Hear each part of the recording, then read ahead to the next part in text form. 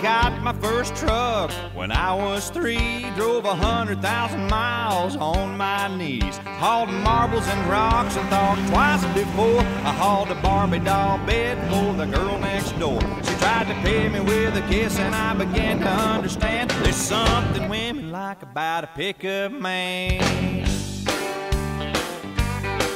When I turned 16, I saved a few $100. My first car was a pickup truck. I was cruising the town and the first girl I see was Bobby Joe Gentry, the homecoming queen. She flagged me down and climbed up in the cab and said, I never knew you were a pickup man.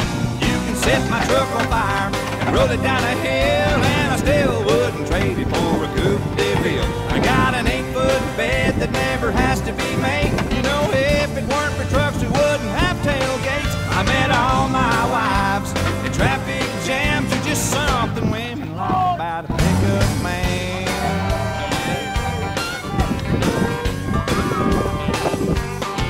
Most Friday nights I can be found in the bed of my truck on an old Chase Lounge, backed into my spot at the drive-in show. You know, a cargo ride. I never have to wait in line at the popcorn stand, cause there's something women like about a pickup man.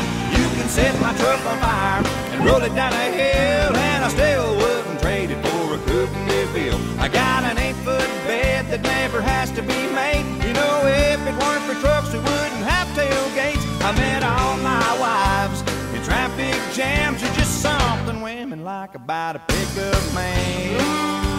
Oh, stand on this one.